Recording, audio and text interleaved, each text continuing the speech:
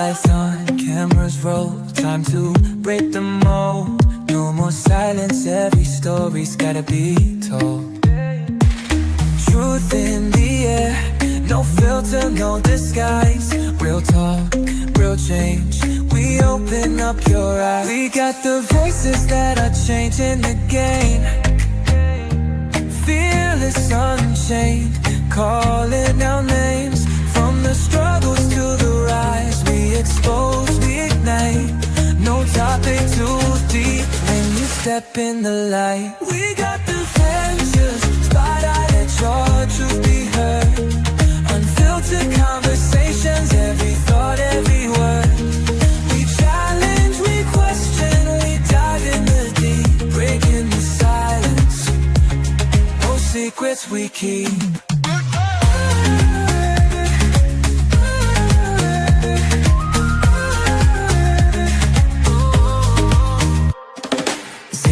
From the pain to the power, the lessons we learn. Voices of the people, let the fire burn. Dr. Donna, Dr. Laxley, leading the way, guiding the truth in a world full of gray. Experts, activists, voices untold. Everyday heroes with stories so bold. This is more than a show, it's a movement, a spark, illuminating shadows, bringing light to the dark. We got the voices that are changing, be heard. Unfiltered conversations, every thought, every word. We challenge, we question, we dive in the deep, breaking the silence. No secrets we keep.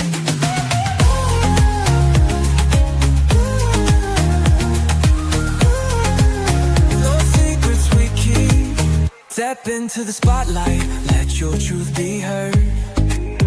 Unfiltered conversations, every thought, every word. We challenge, we question, we dive in the deep, breaking the silence. No secrets we keep. We got the voices, spotlight, let your truth be heard. Unfiltered conversations, every thought, every word. We challenge, we question, we dive in the deep, breaking the silence. No secrets we keep. And if you want the real, then tune in right now. We're breaking down walls, no backing down. One mic, one voice, one mission tonight. Step into the spotlight, let's get it right.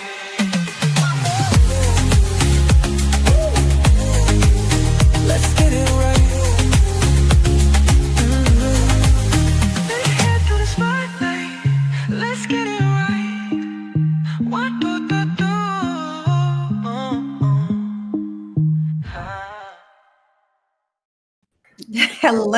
Hello, everyone, and welcome to In the Spotlight. This is the home of unfiltered conversations where real talk is what we do. And I am none other than Dr. Donna Thompson. And I'm Dr. Laxley Stephenson. Wow, and we have a special guest host tonight. Yes. Dr. Art Hines. What's up, Doc? I'm just fine, and how are you all tonight? It's great. Wonderful. It's good to be here. It's good to have you on. Okay, thank you. You were just on a show just yesterday. Man, you're a busy guy. You're making the rounds, man. Making the rounds. He's the man, Dr. Dallas. How are you doing? I'm good. It's another Thursday, and we're here and we're blessed, and just happy to be here, right? So we can have a great show this evening. Happy to be here, man. That's an understatement. Happy to be here. What an awesome thing to be here. I'm telling you, in many ways. My goodness. What an awesome thing. So grateful and so thankful to be on In the Spotlight and the home of Raw Unfiltered. And what else? Nothing left on the table, Donna? Is that how you put it? Nothing left on the table. Whatever comes up, we just, go with the flow. And tonight we're leaving nothing on the table because it's all about unearthing you. How to achieve self-discovery and growth. Are you guys ready for this? Oh my God. Absolutely. I said, ready or not, here it comes. Ready or not, here we come. Well, let's welcome our guests from wherever they're watching tonight. We're so grateful. We're so thankful. Please share the broadcast. We ask that you do. Aaron Woodward Experience, thank you for joining us. We appreciate you joining us tonight. All right, but before we get into the main thing, let's talk a little bit about something that is happening, something coming up in June. I'm going to drop it on the platform, Donna, and as usual, you're the only person who can explain these things. I shall do my best. All righty. So yes, so a collision with purpose. We are getting ready for our 2025 Kenya outreach or community outreach that is happening June 6th through, well, actually 7th, right? Let me just say 7th through the 20th.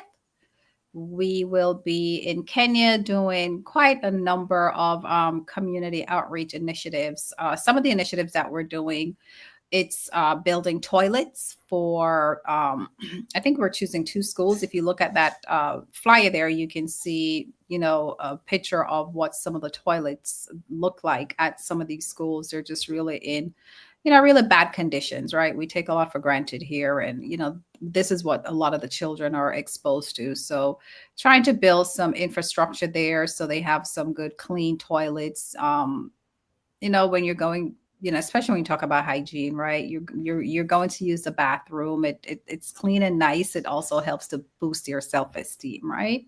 So that's one initiative that we'll be doing. We'll also be visiting a number of orphanage throughout, between, I think, Nairobi and on the west side. There are several orphanage that's on the table that we'll be visiting. We will have a clothing drive as well that will be taking place. We have a pad drive that will be happening as well. And that will be, of course, for the girls. It's definitely a thing where here, sanitary towels for us here, we kind of take it for granted, but there it's really a luxury item, and it's really a challenge for young girls to get those supplies. It's extremely expensive, and so you find that they do various different things just to get the supplies they need to carry them through their monthly cycles. So we'll be having a drive for that, just trying to bridge the gap there a little bit. And we will also have a dental portion of the initiative where we'll be taking some dental packages to Kenya as well. So we will have that community outreach. We'll have the clothing outreach, of course. And, another thing that if we move the slide, keep moving or slides there, Daily Insights Unveil. This is a very important thing. And I'm asking everyone, if you have not purchased your copy, go to our website and purchase your copy today. And even if you purchase your copy, purchase a second one. Because you can always purchase a second one and a third. You can gift it to someone. But most importantly is that a portion of the proceeds from the sale of Daily Insights Unveil will also help to support our initiatives that we're doing. So it's, very important. If you'll get something that is, the book is phenomenal to begin with, right?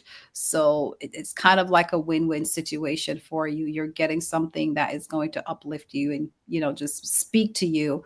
And also you get to give back. That, you have that give back component to the community. So encourage you to go ahead and support us there.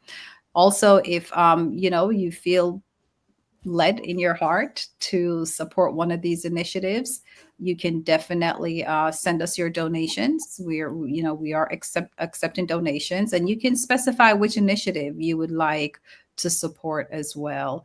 So we ask you for all your blessings, which is great. Your prayers is great, but we also, all these initiatives require funding, right? So anything at all that you're able to bless us with, we are very grateful and humbled.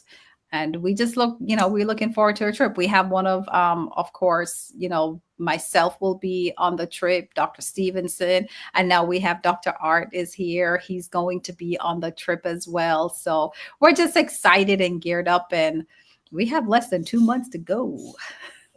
Less than 2 months. And by the way, Dr. Donna, I did post the link to purchase the book on our website, and I also posted the Zelle ID. If someone out there see it fit to make a donation, to contribute to any of these initiatives. Aaron Woodward made a comment. He said, a team of DEI doctors. Oh, that's so interesting, right? Talk about diversity. Wow. A team of DEI doctors. Yeah. Oh, wow. Aaron, for noting that. So tonight we have quite a show. We're going to be talking about unearthing you. And that's not a small topic. That's a big topic, right? It's a huge topic. And we're going to talk about that tonight. So again, welcome to In the Spotlight. And tonight you're not just watching a panel. You're going to be part of an experience, this experience, right? So we invite you to lean in, not just with your ears, but with your heart. Right? It's not just a show.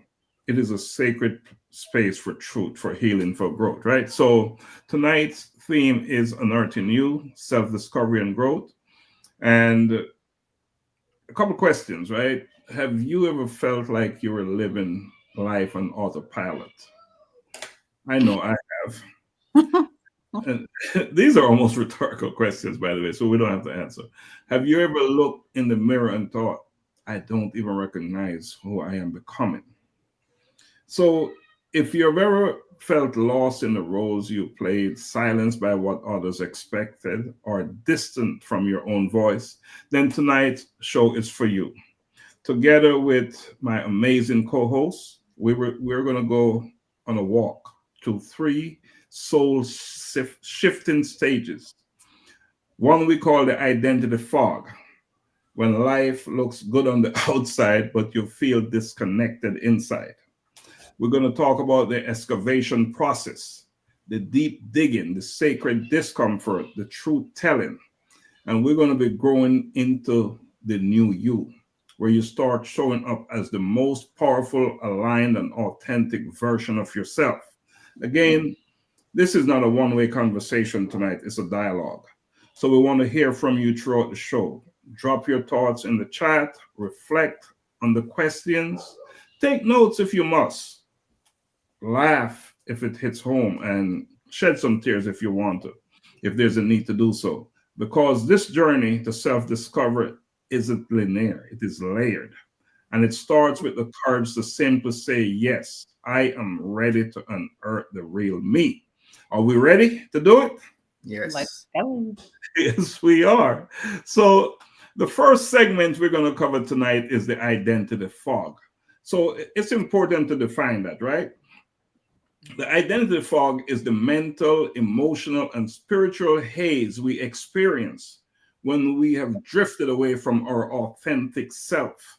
It is that internal confusion that whispers, I don't know who I am anymore.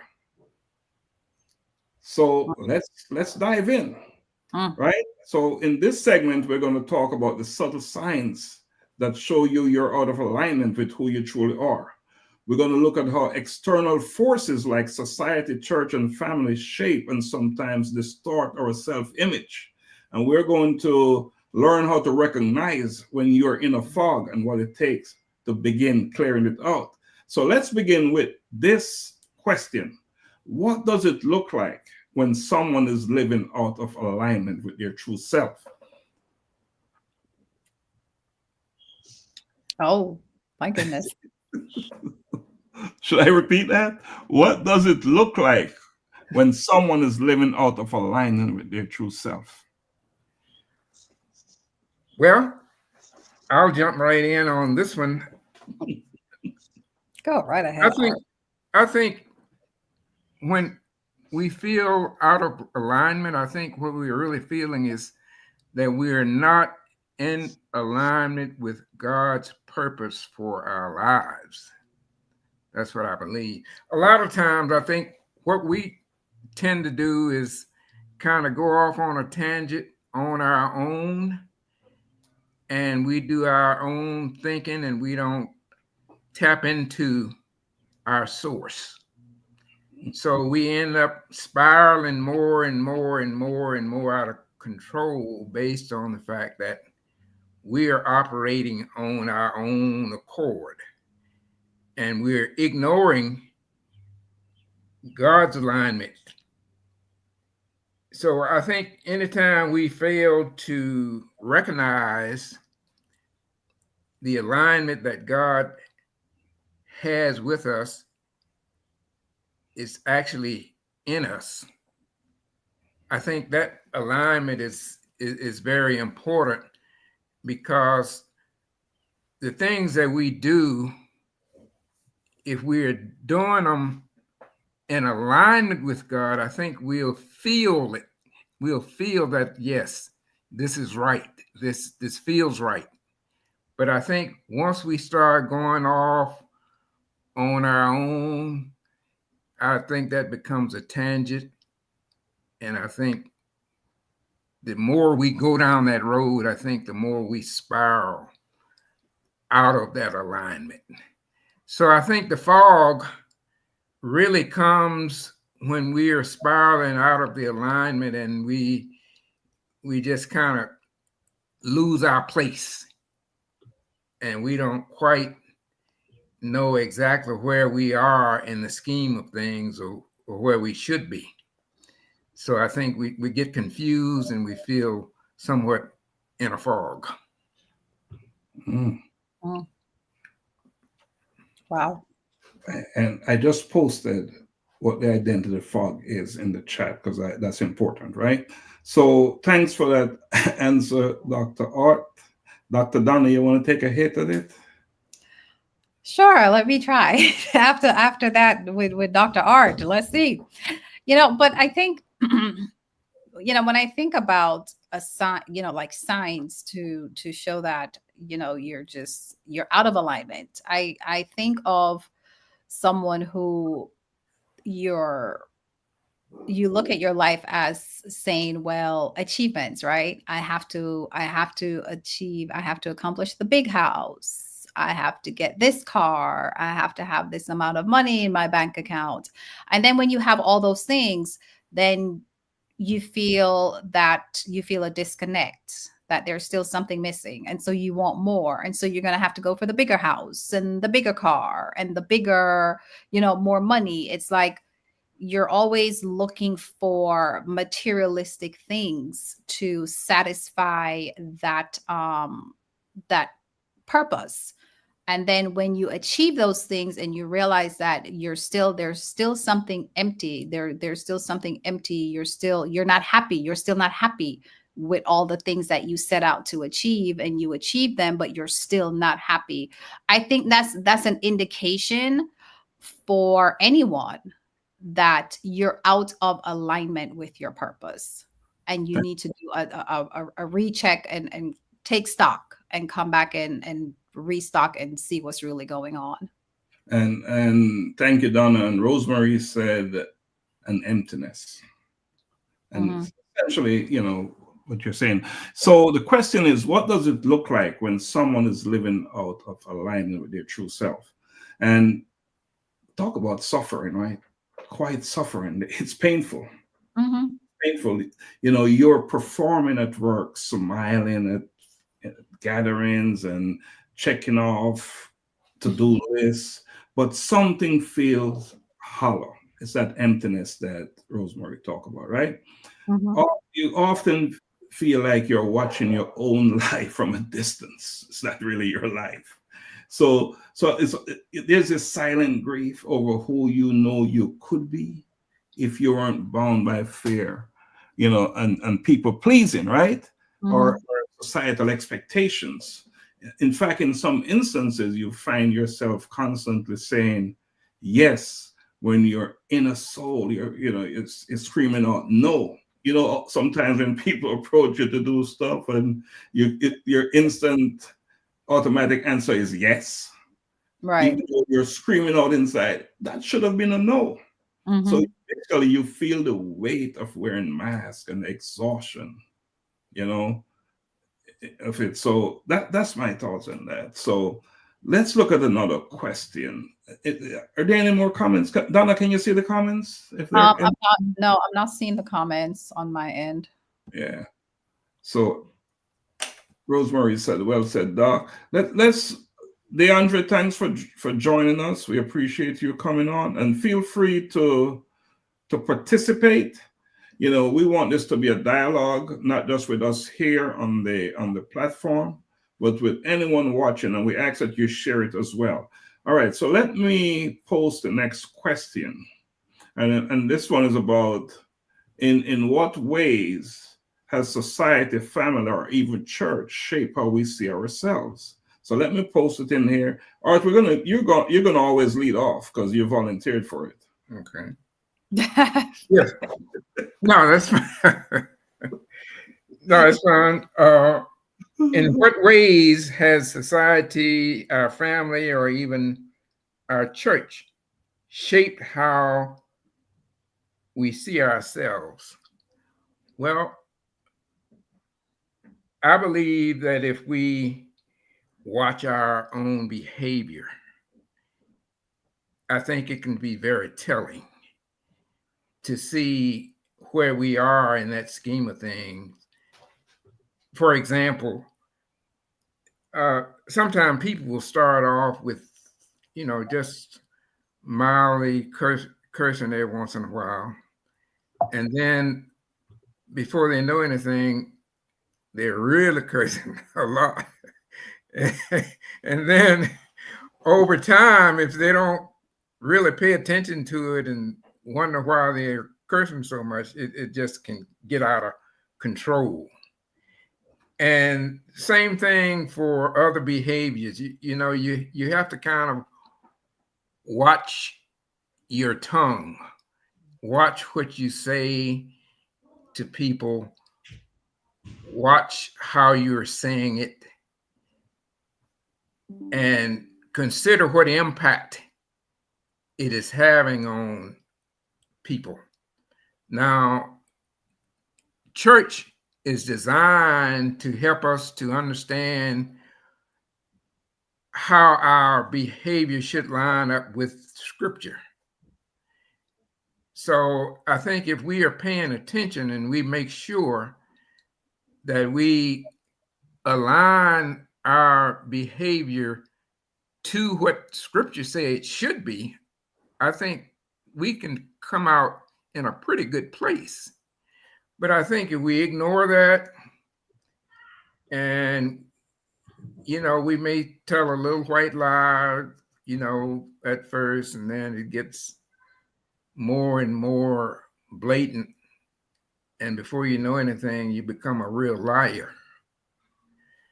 I think that's something that we have to keep our mind on and make sure that we're not falling out of alignment with what we should be doing and the way we should be doing it. So I think if we watch our infractions, we know what our infractions are. There are some people that like to chase women. And if you know that that's an infraction, then you got to govern your behavior. Say, well, I have a tendency to do this or to do that. So let me just kind of put myself in check and watch my behavior and kind of make sure I try my best to stay on the straight and narrow through prayer. I think that's going to be the key. So as far as our society is concerned, I personally believe our society is getting more and more wicked. I think it's getting more and more evil. I think it's easier for our behavior to slide out of alignment because you say, well, everybody else is doing it. You know, they're behaving that way. So it makes it easier for us to behave that way once we see everybody else doing it. So I think that's wrong. I think we should govern ourselves according to the word. And I think that would kind of help us to stay in alignment. Right. Thank you for that, Dr. Hines. Dr. Donna, your thoughts? You know, I think society has a lot to do with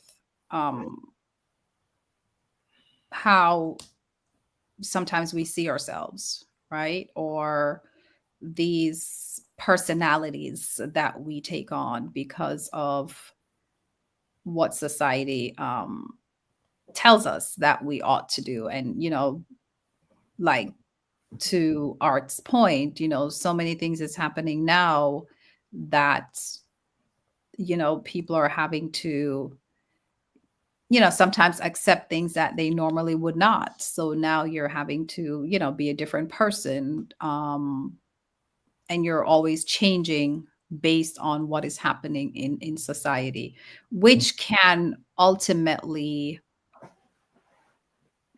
you know, affect, you know, your purpose, you know, being aligned with your purpose, because sometimes you're in a situation where you really can't be true and be authentic to your beliefs, your belief system, because of what's happening in your environment.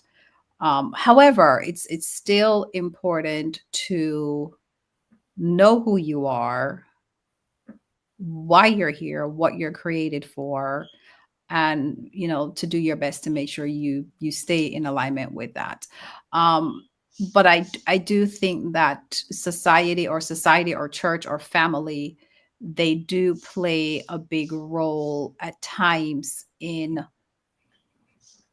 helping to define who we are. And sometimes it's not necessarily, honestly, sometimes it's not what the Lord really said we ought to be or ought to be doing, but we're doing something based on what someone else says. Like someone may say, okay, well, I think you should be a minister. I think you should be a pastor. Who told you that I want to be a pastor? Who told you that was my calling? Not because I can speak or I know the word or whatever it is. It doesn't mean that that is the place for me. And sometimes we put these things on individuals, and then because of them not wanting to disappoint, or based on, you know, authority or whatever, you know, whether it's family, your minister, whatever it is, right? They take on these roles, and it's not really their calling. So I think we all have to be mindful of how we're trying to help navigate individuals to live a purposeful life, because everyone has a different calling. At least I believe everyone has a different calling. I believe everyone has a different gift, and it's important for you to operate in your gift and your calling so that you can truly live a purposeful life, so that you can be in alignment and you're not living a life where you're, you know, you're on the defense, you're on this, you know, 1 foot in, 1 foot out. Should I do this? Should I do that? Or, you know, you're one way in front of your church, you're one way in front of your coworkers, you're one way in front of your community, you know, then you start living all these different lives, you know. So I think we have to be mindful as a society how we put, you know, what we put on people that is not realistic. Absolutely. You know, thinking about this question, right? What ways society shape how we see ourselves? And from the day you're born, right? Mm-hmm. We're taught certain roles. And if you're a daughter, you do certain things. If you're a son, you do certain things, right? Mm-hmm. If you're a man, you got to be strong. And in some instances, if you're a woman, tone it down, right? Mm-hmm. Some instances. So society, there's a thing, there's a way telling us that society value our work based on our performance and our titles, and sometimes we fall into that trap as well. Right. Fall into that trap, your very family going to tell you, what dreams you should have because Mm-hmm. it's their dreams, right? So your very family is going to jump in there and say, you should be a doctor, you should be this, you should be that, and so they place value on certain things, and because of that, we tend to lean away from the things that we want to do because of our family, and then we sort of see ourselves in those positions. And what happens when we can't achieve those things because that's not what we really want? Pure problem, right? Pure Right. problem. So what we got to do is, I believe, right? If you're not doing certain things, you fall into this place of, if you're not following what society wants or your family wants, and even what your church is about, you get this guilt thing going on. You get Mm-hmm. this guilt thing, right? So what we need to do, I believe, is to focus, understand what our purpose is, right? And live the life that you believe you're here to live, as opposed to trying to make others proud and feel good about you. It's important that you do good things and you do things that your family, is going to see as something good, so to speak. Mm-hmm. However, you also have to find a place in there for you Right. where you are the priority. This is my life, right? Mm-hmm. It's my life, and so forth. So, yeah, that's an important question because it's happening right now with all of us, probably with Yeah. all of us. And I think, as we're talking about this, I think, one thing that comes to me, it's kind of like when I think, a lot of parents, of course, we want the best for our children, right? But a lot of parents is like, I want you to be a doctor. I want you to be a lawyer. I want you, those are the things that sometimes a lot of parents put on their children. Mhm. You don't hear a parent saying, I want you to be a mechanic. I want you to be the garbage man. I want you to be the janitor. Like, no parent is going to say that, right? Because they want their children to be, because that's what we think. We think that being these career professionals, it's more successful. But then we don't look at our children and look at what their gifts are and look Mm, at what their talents are. You can be a garbage man and be the best garbage man and own that company and several companies and be a garbage man. You can be a mechanic and own several mechanic shops. It's like we don't we're making it's like we're just doing a disservice for our children. Like, we got to look at what they are good at, look at what they were blessed with, mhm, and show them how to maximize those gifts so that it can bring them whatever joy, money, whatever it is, right? mhm. But show them how they can maximize their God-given talent and gifts so that they can be successful in the future. Because if you steer them wrong, they're only going to be miserable. They're going to fail. Absolutely. You know, in the interest of time, we're going to try and keep the answers a little bit shorter, but just as effective. Let me, because this is an interactive thing, we need to acknowledge comments. Rosemary said, Donna, you nail it. So important to have a real sense of self and not to blow in every direction that the wind blows. Ain't that the truth? And make sure you blow with the right wind if you're going to blow with the wind. And Deandra said, that is so true, Dr. Laxley. And Deandra said, sometimes they look at the gifts, but not their passions. All very valid comments. Now let's move to the next question, and I'm going to post it in the chat. How can someone begin to recognize they are in an identity fog? Dr. Hines. Yes, I think if we really pay close attention to what we are doing, and if we find that we are bitter for whatever reason, or if we find that we hoard anger for whatever reason, and we feel burdened with different constraints on the way we are behaving, and we know up front that it's not in a godly way, I think we can pretty much be certain that we are in an identity fog. Mm-hmm. I think if we know that this is not who I am, or this is not even who I could be, because I know who I am in God, and I know that God is in me, and I know that this is not consistent with that, then I think we can pretty much tell, oh yeah, I think I'm in an identity fog. Thank you for that, Dr. Hines. Let me, Donna, before we go to you, let me read what Deandra said. When they don't feel fulfilled with their daily activities. All right, Donna. Yeah, I think also, for an individual who you find yourself where you're always having to live your life in someone else's shoes and comparing yourself to someone and trying to be that person. That's you definitely have lost your identity. You're in a fog.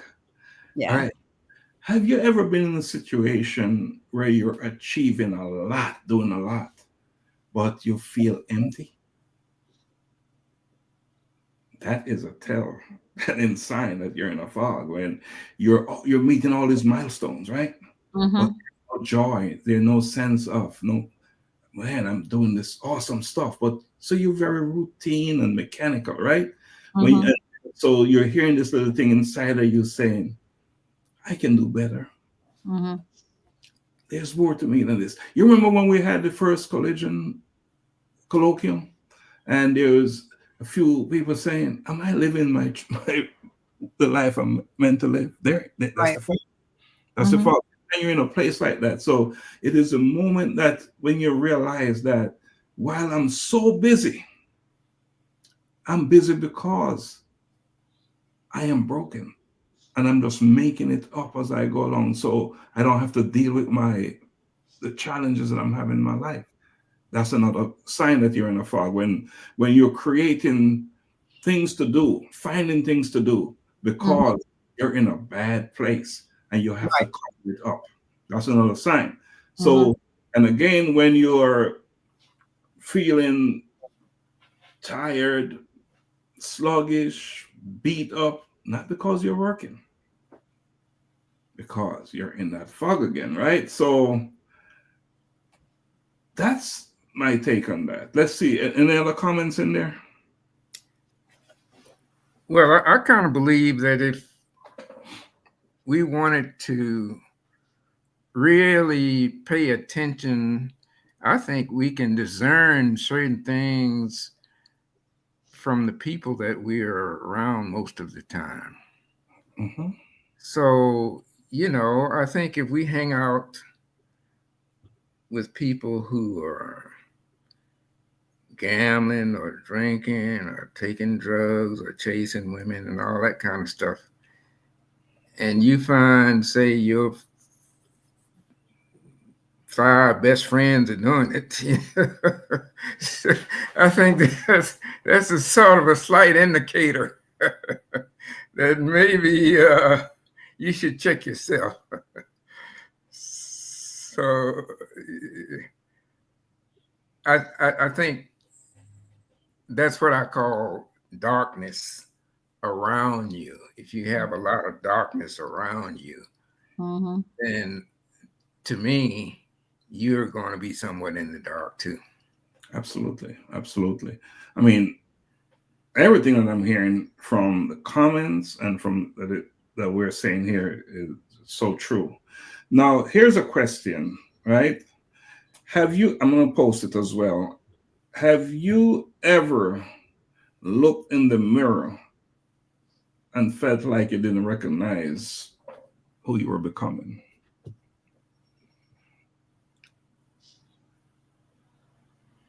And is that a bad thing?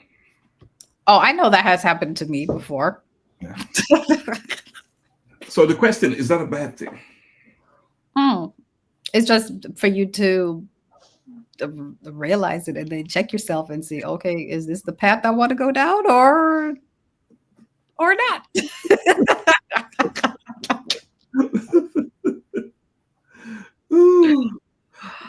Let me jump in.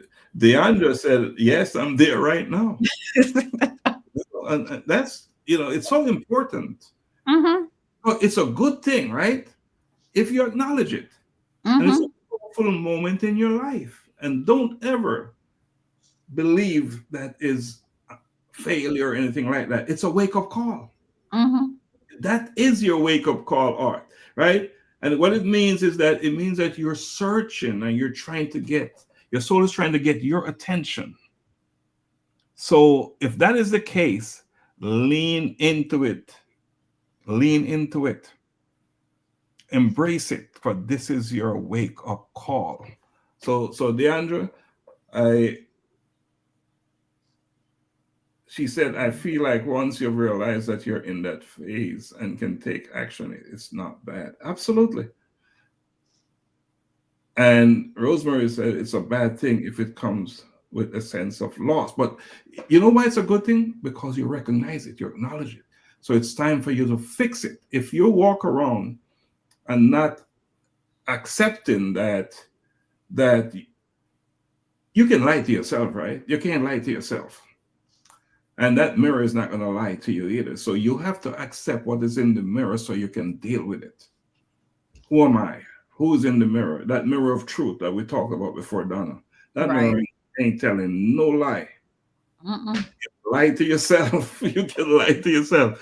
We're going to move it forward. And thanks for the comments, all very valid. One thing I want to say about the fog, right? If you're in the fog, just know that you have not failed. It's just that maybe you've lost your sense of worth a little bit. You've lost your voice and you've lost some of your truth. And understand that this fog is not something that just happened overnight. It's built based on cultural expectations, childhood wounds, unspoken pressure from family, and even misinterpreted spiritual teachings. But you must wake up one day realizing that you've been living out someone else's version of your life in order for it to change. I think it's a good time for us to take a quick break. Yeah. All right. It's going to be very quick, and then we'll come back and hit the next segment, because we have 3 segments, right? I'm a boy kid, I'm a boy kid. I'm a boy kid, I'm a boy kid. I wake up in the morning and I praise the Lord. I thank Him for His protection, and I walk in His steps, declaring that today's provision is set up for me. I love God and I love my friends. I'm a bold kid. I'm a bold kid. I'm a bold kid. I put on my armor and I read His word, blessing come out of my mouth, cause I know to whom I belong. I am bold for Christ, Holy Spirit dwelling within me, carrying His presence wherever He sends me. I'm a bold kid, I'm a bold kid. I'm a bold kid, I'm a bold kid. Loving others as He told me to pray, for healing, miracles to see, knowing my identity in Christ, He is in me. I am a bold kid, He loves me, standing firm on His word, proclaiming everything I heard, not afraid because He is with me. Be bold.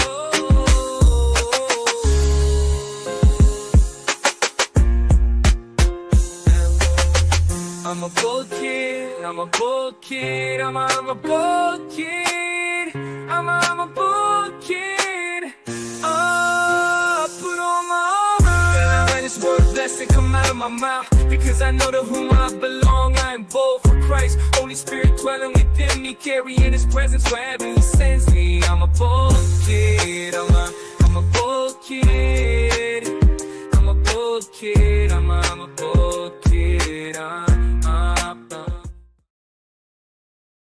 All right, welcome back. Welcome back to In the Spotlight. Today we are having a panel discussion on about unearthing you, how to achieve self-discovery and growth. And we're going to move to the next segment, and that's the excavation process, which is the intentional journey of digging beneath the surface of who we have become, and to rediscover who we were always meant to be. So that's what we're going to go into now. And what are we going to be looking at in this segment? We're going to explore the tools that guide us through self-discovery, such as journaling, therapy, faith, solitude, and mentorship. Then we will take a look at the emotional toll and beauty of facing the uncomfortable truths about ourselves. And we'll also learn how to embrace discomfort as a necessary part of becoming whole. So the first question is, what tools or moments help you begin unearthing who you truly are? Dr. Hines, you're the man. Well, I actually use a tool that may seem a little strange, but it works for me. I tend to use music, and if I feel somewhat out of sorts, I find that inspirational music can lift me right up out of the darkness, and it can help to what I used to call move me onward and upward toward the light. Because I believe that we are all children of the light when we're in God. I think we're children of the light, and I think if we are moving around in darkness, I think we'll feel it.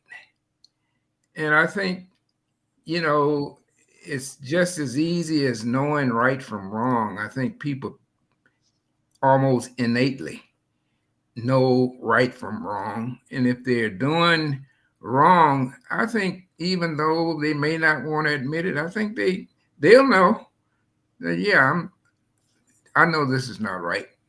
But a lot of people say, but I'm going to do it anyway. So the very things that they know they shouldn't be doing, that's what they want to do. So I think if we pick up on that and make a conscious decision that, no, I'm not going to do that. Mm-hmm. And I tend to,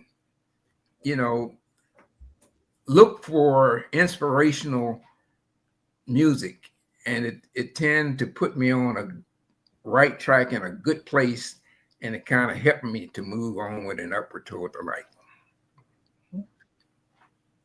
Thank you, Dr. Hines. Dr. Donna? Can you repeat the question again? I'm sorry. What tools or moments help you begin unearthing who you truly are? I'm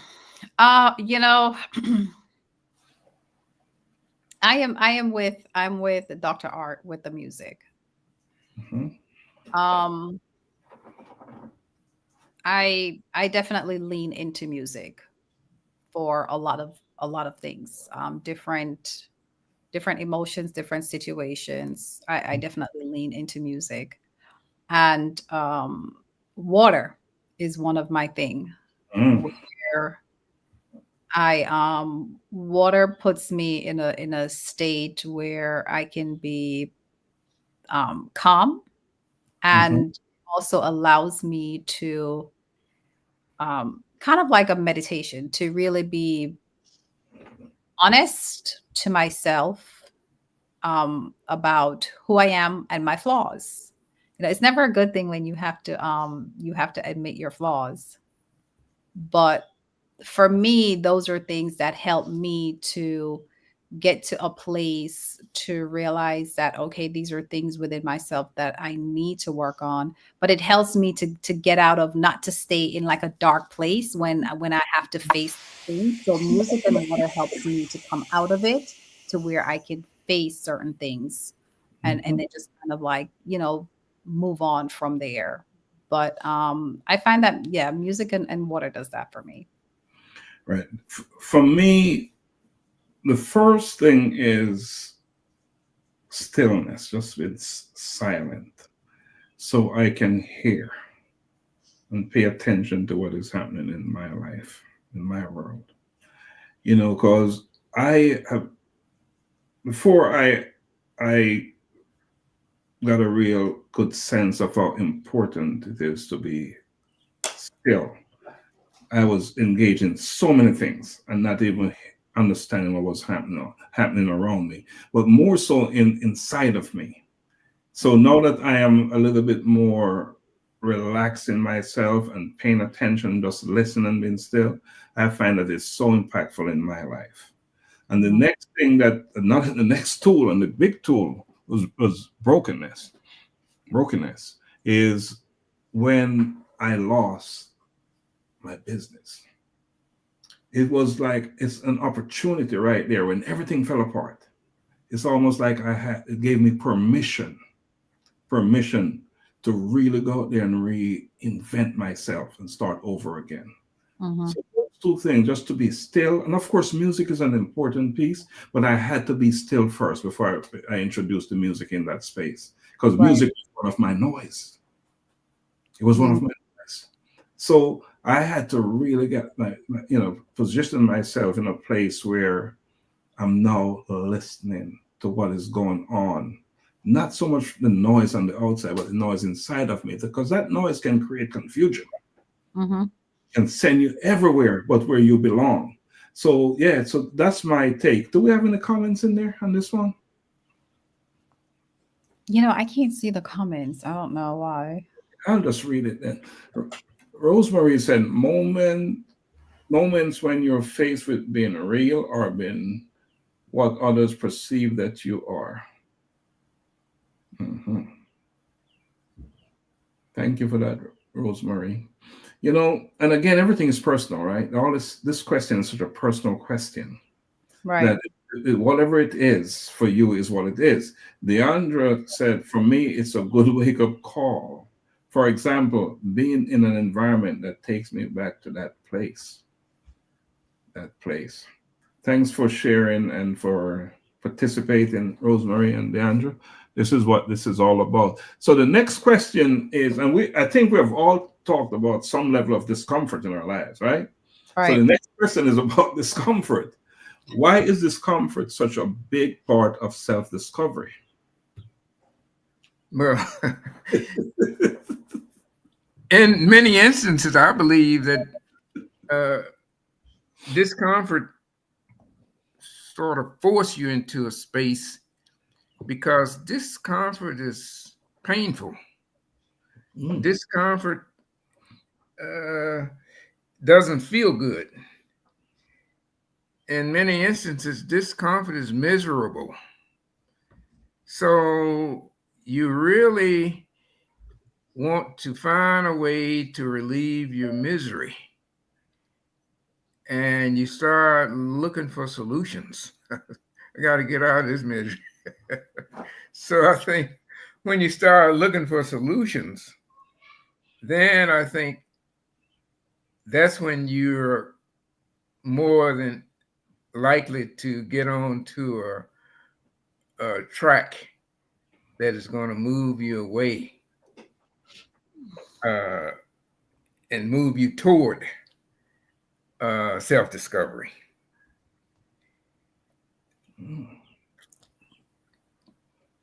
Thank you, Doc. Thank you, Doc. Donna, I like this rotation. I get to go last. I love this rotation. You should go first. maybe, Oh, maybe I will the next time. you know, I agree with Art that, discomfort, it forces you to have to, well, it should, it should make you look at yourself, you know, a little bit deeper. Because yeah, something that's, it's uncomfortable. It doesn't feel good. It's not your norm. It could be, it could bring you fear. It could bring you pain. It doesn't feel right. But depending on what that discomfort is, what it's bringing, and where you are in your growth, if you are looking at that discomfort as an opportunity to improve yourself, to say, okay, I want to grow from here. I want to be a better person. Then you're going to take the steps to do that, right? You're going to take the steps to do that. And it's not usually, when something is not comfortable, it's not an easy thing to make changes. So it's something that you have to be aware of and be intentional in taking the actions to make the change. So some people, they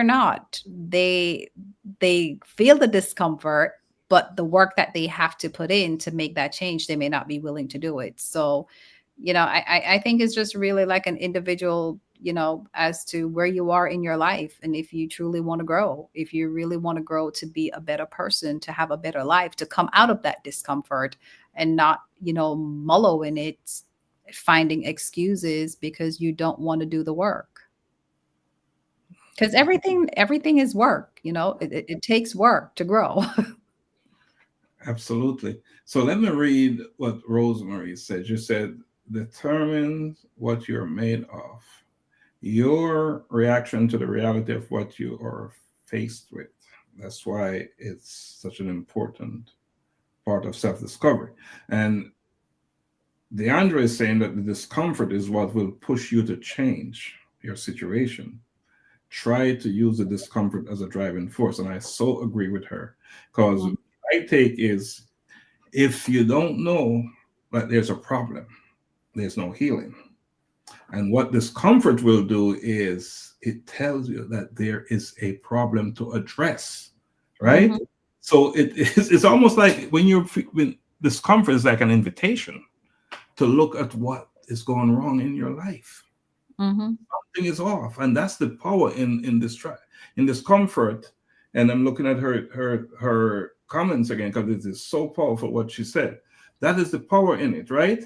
So it sort of it exposes you. It exposes you to the truth that something is not right. Something in you is going on that need to be resolved, right?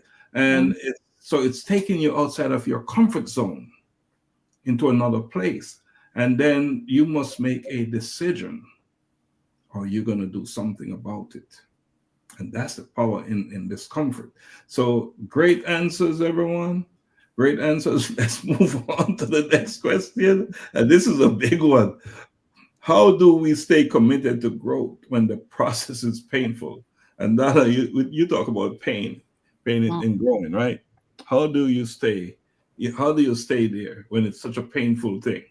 And let me give this one a try without coming in as a Monday night quarterback, right? Okay. Now, the question again, how do we stay committed to growth when the process is painful?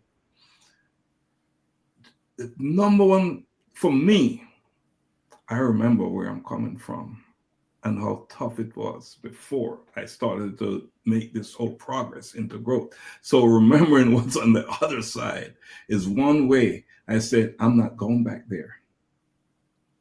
The alternative, right, is if I don't keep working on it, I'm stuck. What is more painful in the long run? Paying the price to grow, to become better, or staying where I'm coming from, which was not a good place. So, that's that's one thing, right? That's one thing. And you stay committed by surrounding yourself with people like Donna, like Dr. Art, like Rosemary, like Deandra. You stay committed by keeping these people close to you, people who are positive, people who are doing good things, and you so they help you, right? Mm-hmm. Understand now, growth is not one of those linear things. You're gonna go up, you're gonna fall down, you're gonna kick back into your old habits. But each time you rise up, make sure you're either rising up above where you fell off, or at least where you fell off, but not lower, not lower. So you're on a ladder. If you fell off the ladder on at the fifth, whatever you call it, try and get back on at the fifth step, if that's what it's called, right? And don't ever be afraid that you're off the rail a little bit. Be in a hurry to get back on the rail. So that's my thoughts. I just happen to believe that pain in itself is a very strong motivator. I know, say for example, and I think there's an involuntary component tied to it. Say for example, if we put our hand on a hot stove, we don't have to sit there and mull over it. Well, should I take it off? No. I think there's a built-in involuntary motivator. If you're in pain, you're going to automatically react to it. And I think what that reaction looks like, I think sometimes it's not even controlled by you. You just do it. Involuntarily, you just do it to relieve yourself of that pain. Or even, say, for example, if we have a toothache and that thing is hurting. I think pain itself will give us enough motivation so that we don't have to sit and think about it and ponder it and argue with ourselves. Well, should I, try to do something different? No. I think that pain is a strong enough motivator where it requires you to do something different. So that's the way I see it. Yeah, I just want to add something to that. So a friend of mine called me today, and he said, "I'm in serious pain, toothache." That was a motivator for him to run to the dentist to address it. So it can be a motivator. Pain can be a serious motivator. It certainly can be a serious motivator. Donna. Well, like going back to something that you touched on, I think it's important for us to surround ourselves with a good network of individuals who will pour into you, right? Because at some point in everyone's life, you're going to go through something that's very painful. Mm-hmm. And it can go several ways, right? It can motivate you, or it can take you down a rabbit hole of depression, of no return. So I think one of the important things is to really having a good circle, a good community, your safe haven, your safe space, whatever that may be, to help you continue to move you forward when you encounter things in your life that cause you so much pain. And that's the piece, the company you keep, the people around that will keep you. Yeah. And that's the key to committed. Mm-hmm. Committed. So that's big stuff there. And the comments, no comments here. We look forward to the comments. Don't hesitate. Share with us, so we need to hear what you have to say. All right, I'm going to post something in here in the chat. What part of your story have you buried that still needs healing? Dr. Hines? Well, I'm just trying to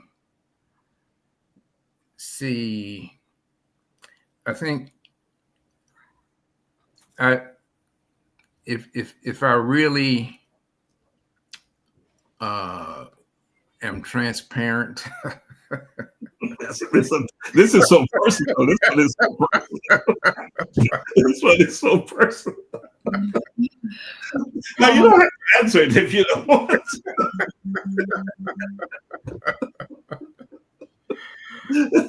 Well,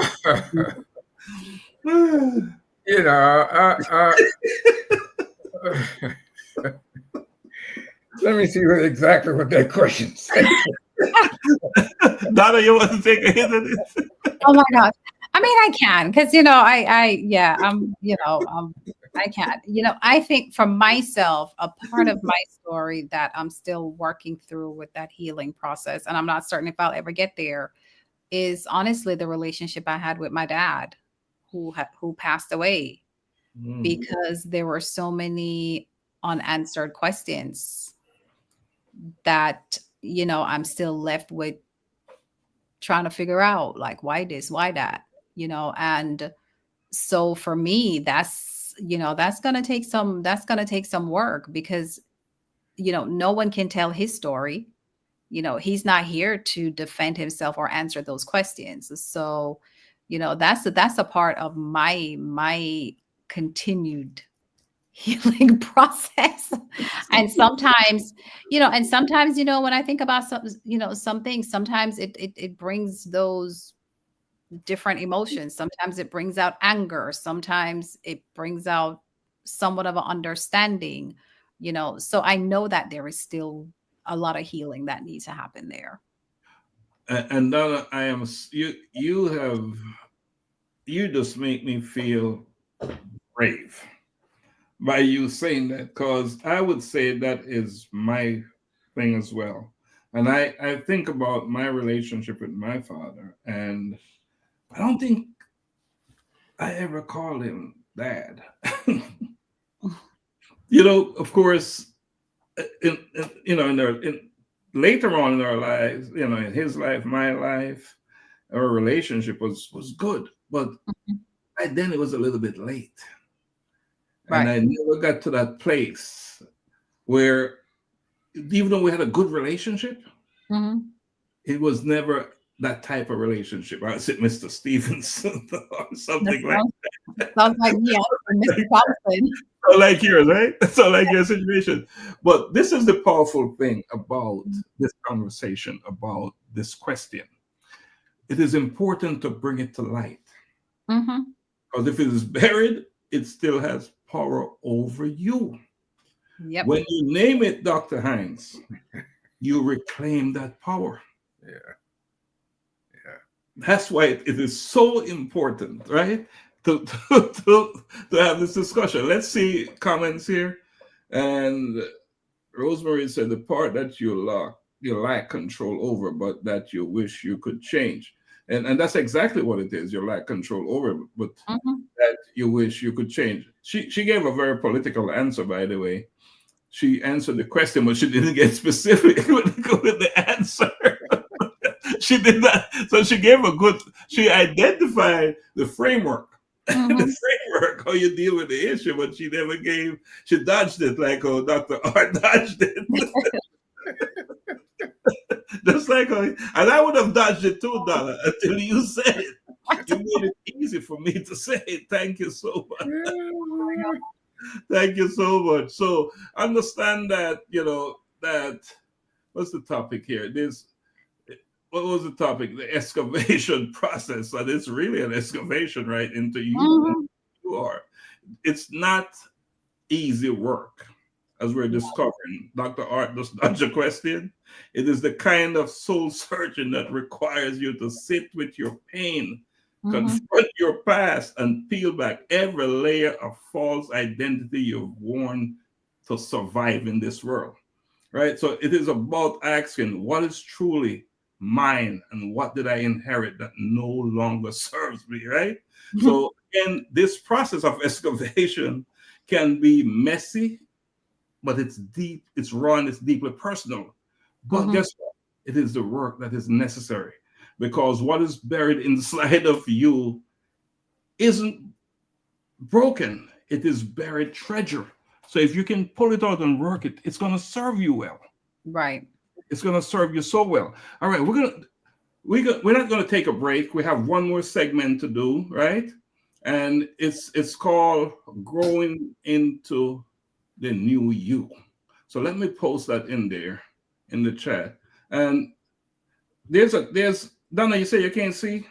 No, I for some Okay. reason I'm not seeing them this evening. Elder said there's purpose in pain, however it comes. It is a stimulant to making a decision, and that decision should be in your favor. With that, you move in and get ahead to a better stage in decision making. Absolutely. So now we're going to talk about growing into the new you. So let me put the definition of what we mean by that in the chat, right? Because without a definition, we cannot have a discussion. All right. And what growing into the new you is the courageous act of walking in your truth, not just once, but daily. It is the sacred transition from who you were expected to be to who you were always destined to become. No, that's big stuff. It's big stuff. So in this segment, we will explore what authenticity looks like in daily life, in our action, choices, and mindset, how to set boundaries that protect your peace and affirm your growth, overcoming fear and resistance as you step into your next level, into your new self. So the first question is, I got to put in this. What does living in your authenticity look like day to day? Dr. Hines? Yes. I'm glad to take this one. Because it moves me away from that relationship.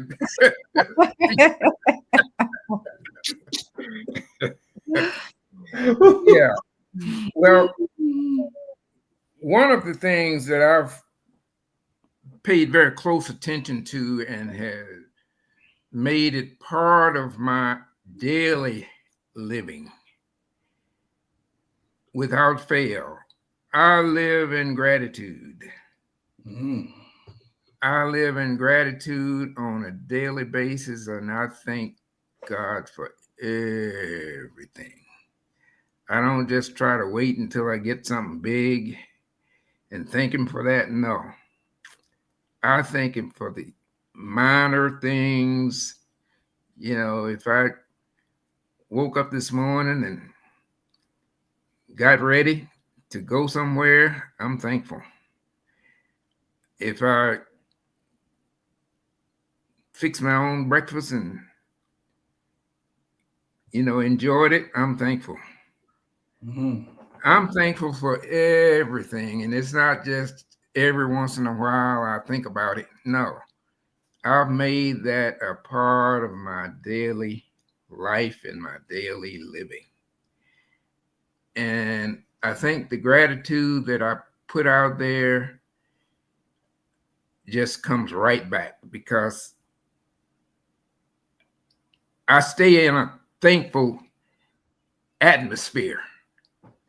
And I think it changes the way I feel, it changes the way I act, it just changes my behavior.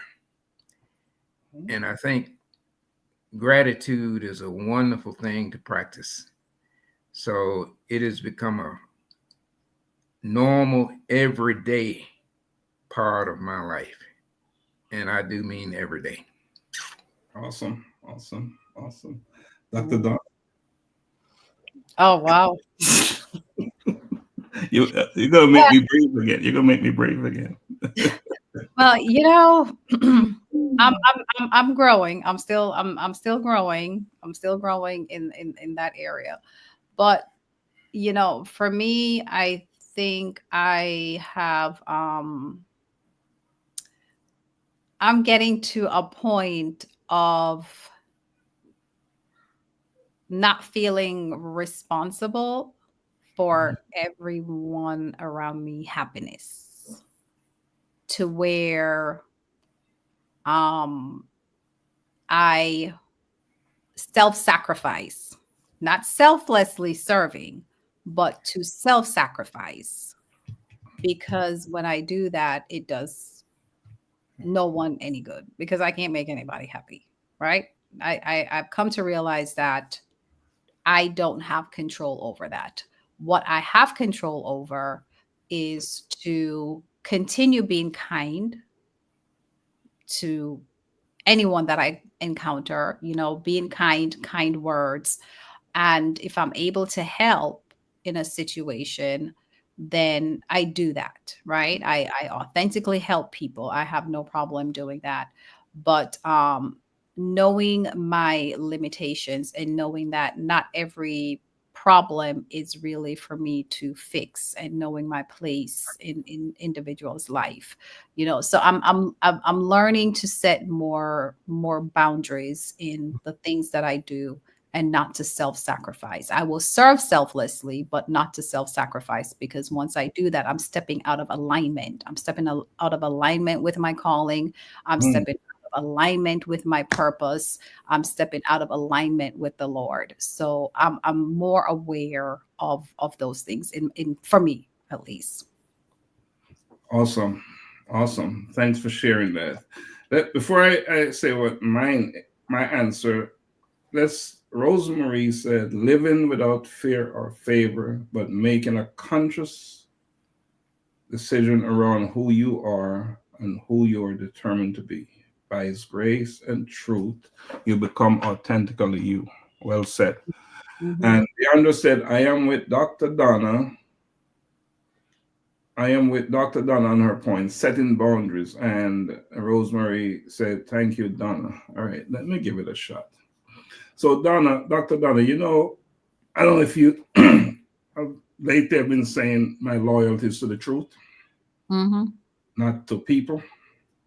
So for me, it's about telling the truth, even when it's uncomfortable, even when it turns some people off.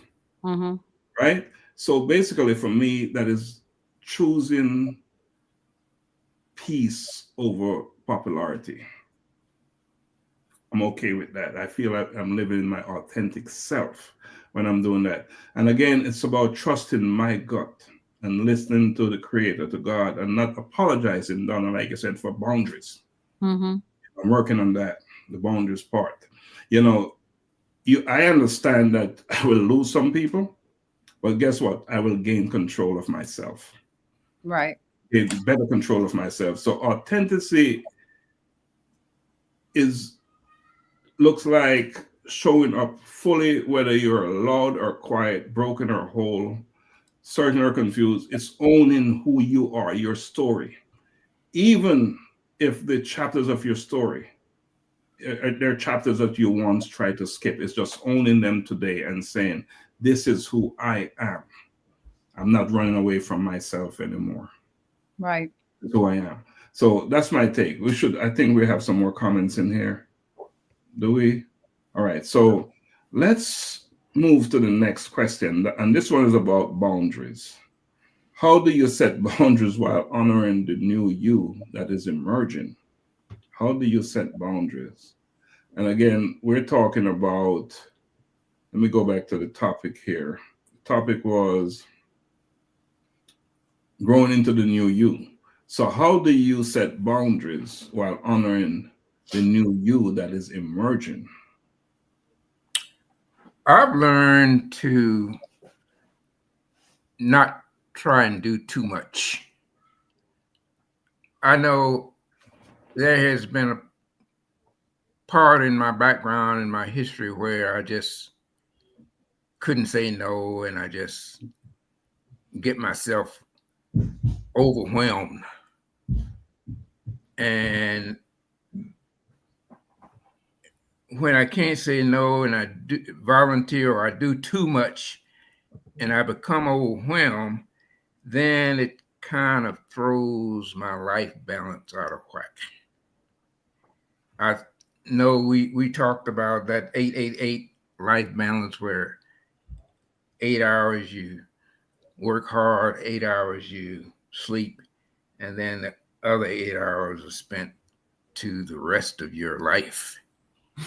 So I know when I don't say no, when I know I should be saying no, it's going to cut into one of those 8 hours. Normally, it's going to cut into the work hard 8 hours. If you got 10 hours worth of work on there, and you only have 8 to keep your life in balance, then I tend to throw it out of balance that way. So I'm a little bit more protective of it, and I try and stay within the life balance and still do as much as I can. Yeah. Awesome. Well said. Dr. Donna, you want me to go? How do I set boundaries while honoring the new me that is emerging? Well, I'm learning to recognize that boundaries are not brick walls, solid concrete walls. Mm-hmm. They have doors with locks that I can open and close. So I know that boundaries mean I let the right people in and keep the wrong energies on the outside. So that's how I'm learning to set boundaries, right? So, and I am also understanding that I have to set these boundaries without feeling guilty, because it is all about, Donna, you said, not being selfish. What was the word you use? Self-sacrifice. Okay, so I understand that I am not to feel guilty because I am locking the door on those bad, wrong energies, right?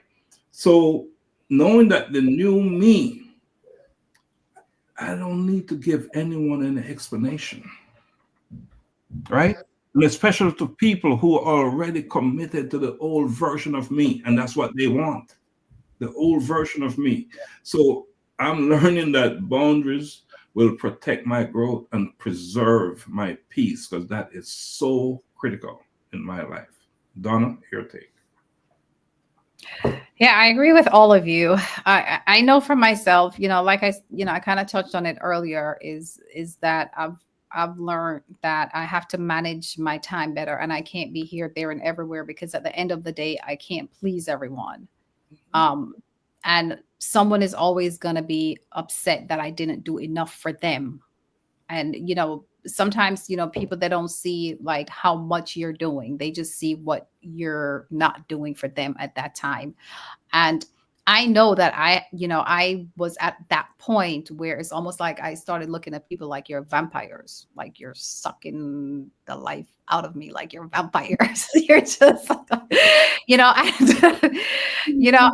I hate to put that analogy, but if you're not careful, especially if you're a person that you're giving, you're serving, you can find yourself in those situations where people will just suck the life out of you. And so I've come to realize that I do have to set those boundaries, and I'm okay with it. I'm okay with saying, it doesn't, if I say no, it doesn't mean that I will never do anything to help you. It just means that at this particular time and moment, it's just a no. I can't do it.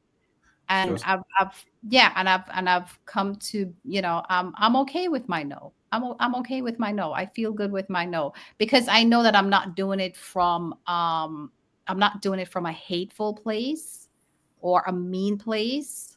I'm doing it, sincerely, that I'm just not capable of doing this at this particular time. And so I'm okay with it. And you're never dealing with the overflowing cup. Mm-mm. So you gotta be careful, because that cup will run it empty.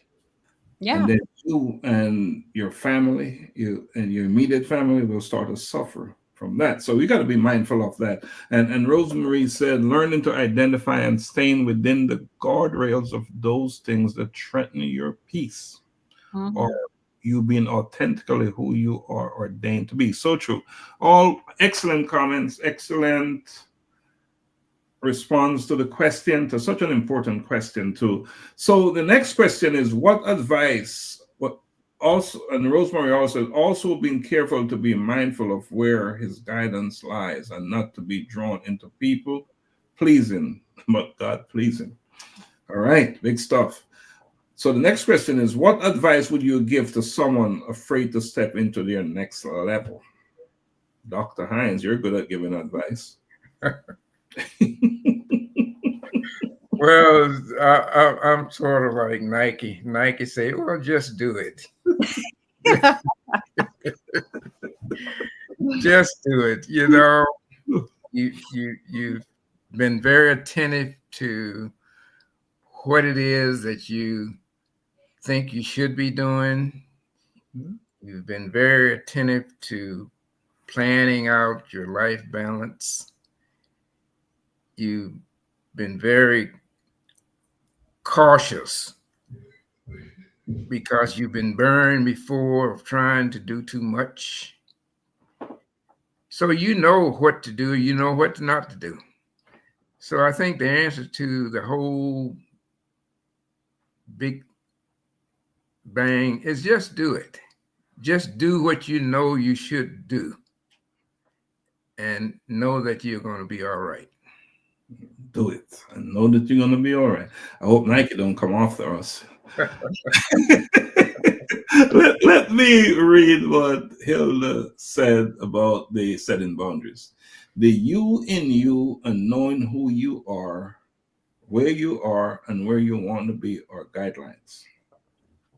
This with reality should reinforce your strategies to self-guide and seek to find what can help you focus. This will not be easy, considering roadblocks and setbacks, but sticking to your anchor will or should help you to continue such journey. Thank you, Hilda. Donna? You know, I always like to say, just take a chance on yourself. What do you have to lose? Take a chance on yourself. Take a chance on yourself. You know, my co-host, Dr. Juan Marcel on Bridging Generation, Voice of Men said, do it scare. I'm quoting him, right? or I said, do it anyway. Understand that fear is not a stop sign. Just a signal that you're stepping outside of what is familiar to you, outside of your comfort zone, right? And if you're expecting to get to the next level of your life, you're just going to have to acquire a new level of faith, believing, right? You're going to have to step out. You're going to have to step out. So, step out. Right, exactly. But understand that, you know, yeah, you just have to step out. But we need to know that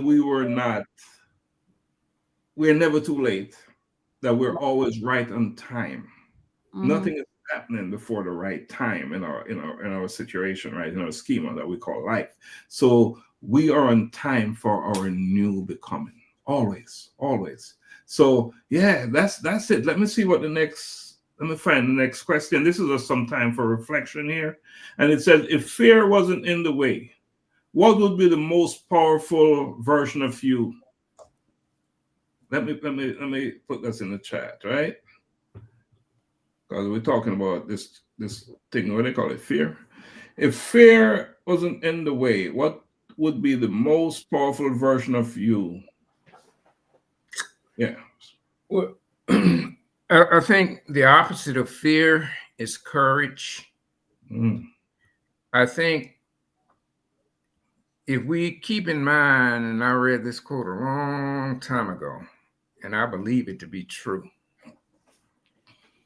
It says that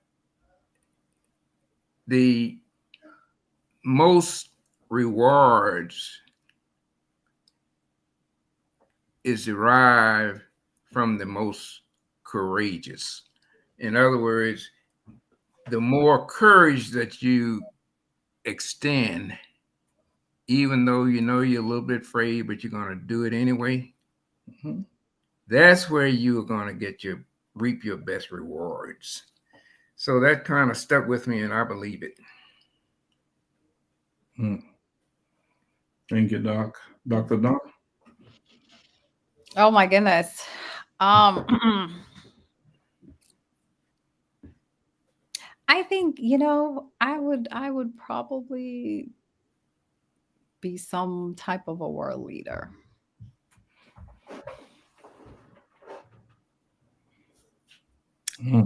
I think so. Yeah. I would. Sounds awesome to me, and that's exactly what you would. All right, so I'm not even going to answer that, but what I'm going to say is we must dream beyond our fear, right?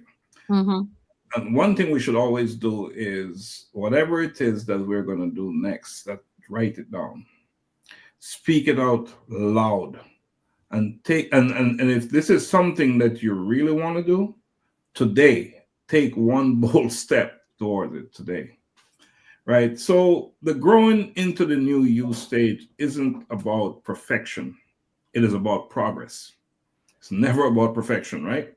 It is when the unearthing is done, the wounds are healing, and you're now stepping into alignment with your divine identity. It is learning to trust yourself again, to set new boundaries, to dream again, to speak up, to live unfiltered. It is not about becoming someone else. It's about returning to the real you with confidence, clarity, and conviction. Now, I have a few quick ones here. We call them rapid fire. So let me drop them in here. What is one truth you learned from our conversation today?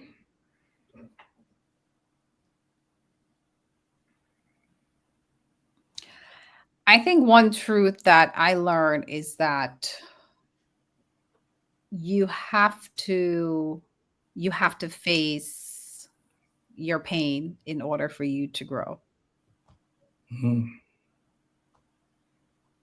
Dr. Hines?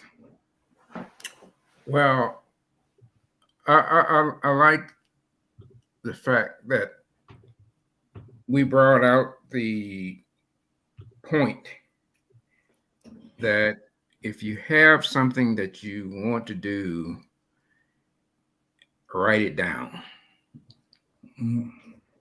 I think you write it down, you speak it out loud. I think that's means that you're on your way. So I like that. Yes. One truth that I learned from our conversation today is don't hide it under the mattress. Bring it out. Talk about it. Don't hide it. All right. So what is one myth you had to unlearn today? Oh, that's a good one.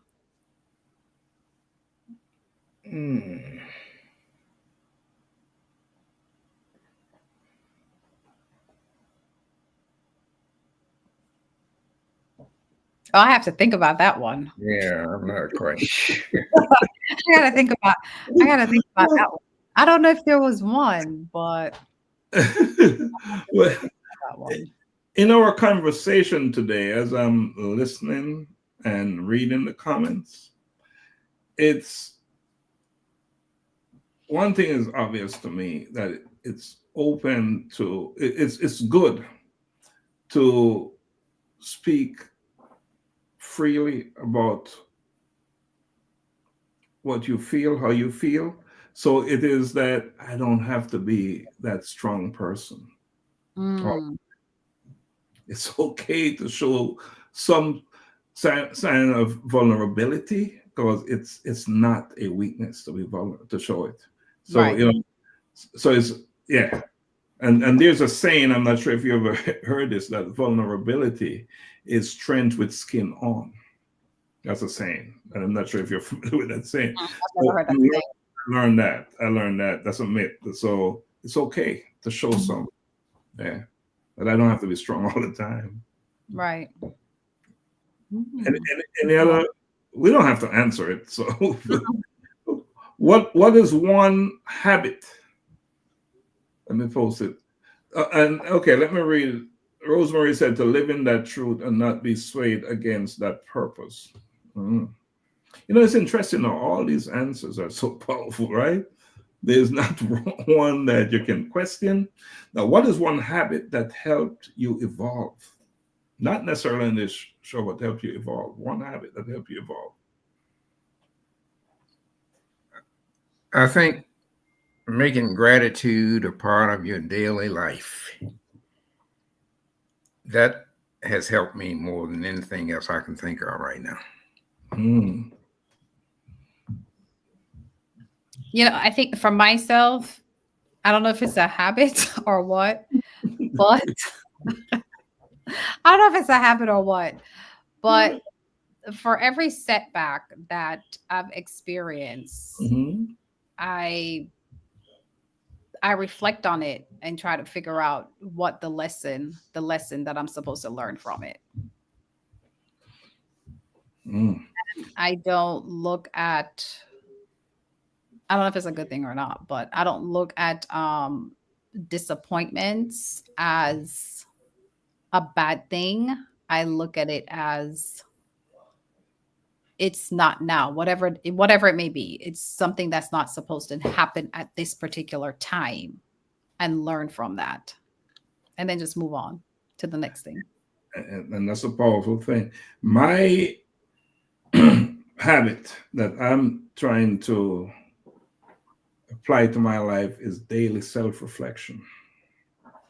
Trying to make that become more habitual, you Mhm. know, especially in this fast-paced world that we live in. Right. And Hilda said it's okay to be self, so true. And Rosemary said be thoughtful in your decision making, not to rush to judgment. Hmm. There's lots of reflection there and so forth, so forth. So one last one where that is concerned, and it is what is one word? One word. Let me put it in here. Trying to put these things in here can be interesting. double task, double dipping, right? What is one word that defines who you're becoming? Define who you're becoming. Mm. Oh my Lord. I'll go first because I like this one. I like this. All right, can I? Do I have your permission? Absolutely. WHOLE. Whole. And why Mm, is that so? Because I am no longer just surviving parts. I'm embracing all of me. Whatever the good, the bad, and whatever. And if it's not so good or bad, I'm working on it.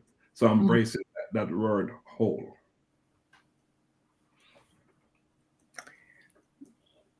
I will have to go with the word balance. I think balance has a lot of built-in benefits. I think balance keeps you from being overwhelmed. I think balance gives you the necessary time and energy to attend to everything that you need to attend to. And in reality, I honestly believe that balance will make you live longer. So to me, that's important. And live a better quality of life when you're living.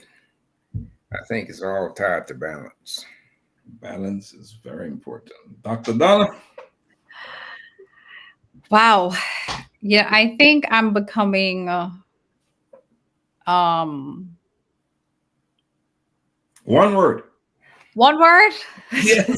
That's the question. Don't fail the test though. It's the question. One word. Artist balance, I'm whole. You're whole, and you're whole.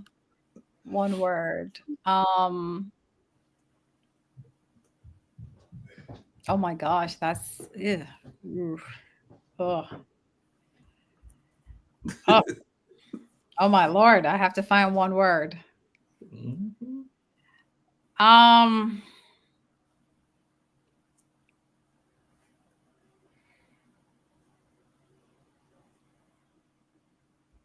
I think I would probably say authentic. It's a great word. You want to tell us why? Sure. Because I'm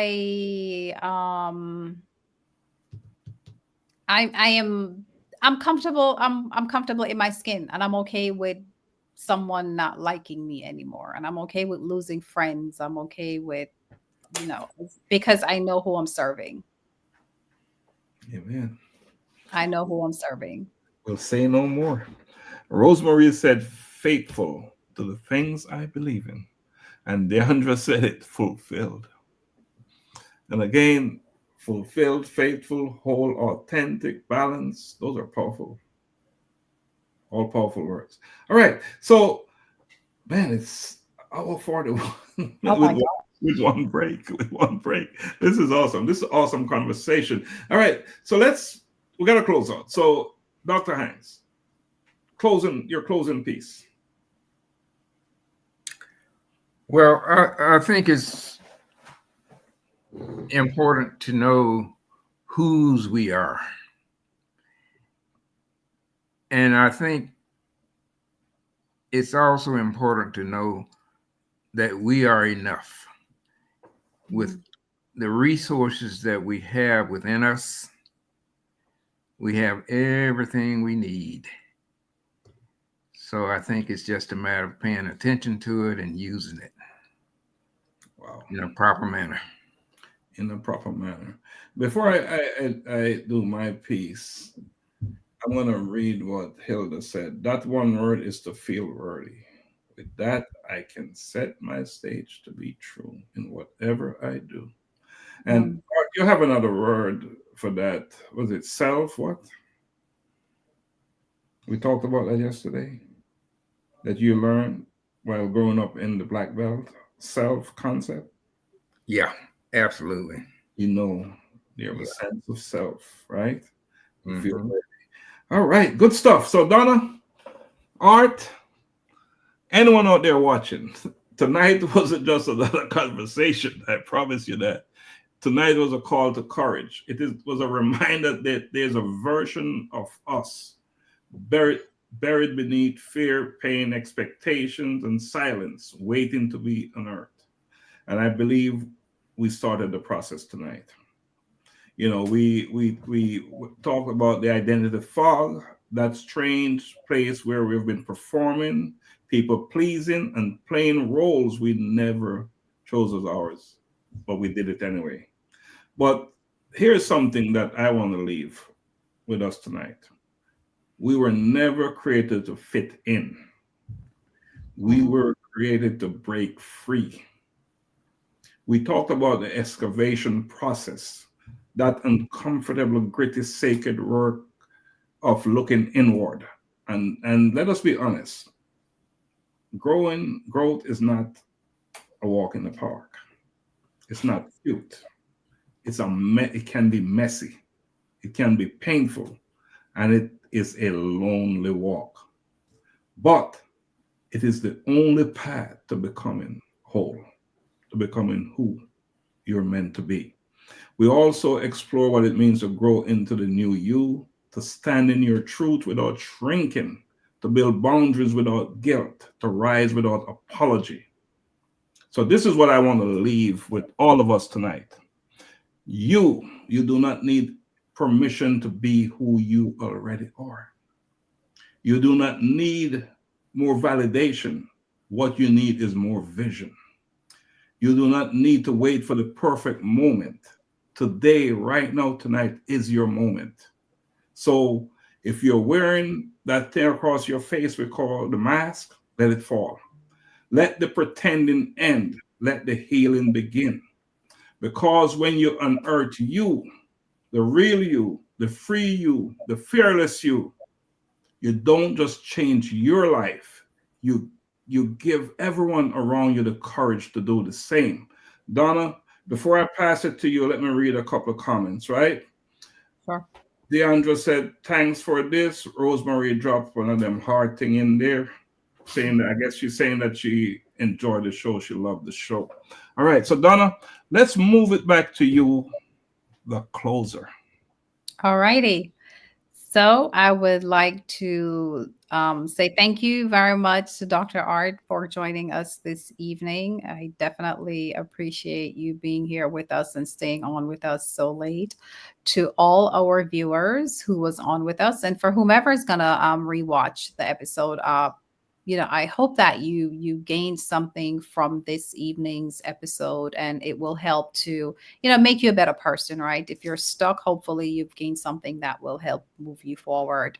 And just continue to do the work, continue to live your purposeful life, and continue to just believing in yourselves and doing good throughout your life and your community. So with that, do have a wonderful remainder of the week. Be safe, everyone. And once again, I'm going to ask you to go out there. Tomorrow is Friday. Go out there and do one act of kindness to a stranger. Find someone that you do not know and do something kind for them, whether it's a kind word, a kind gesture, buy them some coffee, buy them some donuts, whatever it may be, but do something kind for a stranger. Let's go out there and let's just start spreading kindness throughout the world, and have a wonderful remainder of the week. Step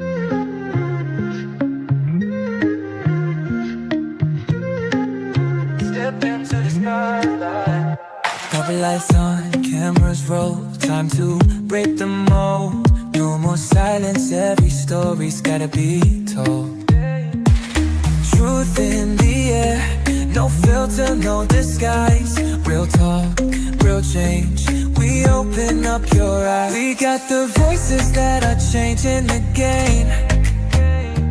Fearless, unchained, calling our names. From the struggles to the rise, we expose, we ignite. No topic too deep when you step in the light. We got the answers.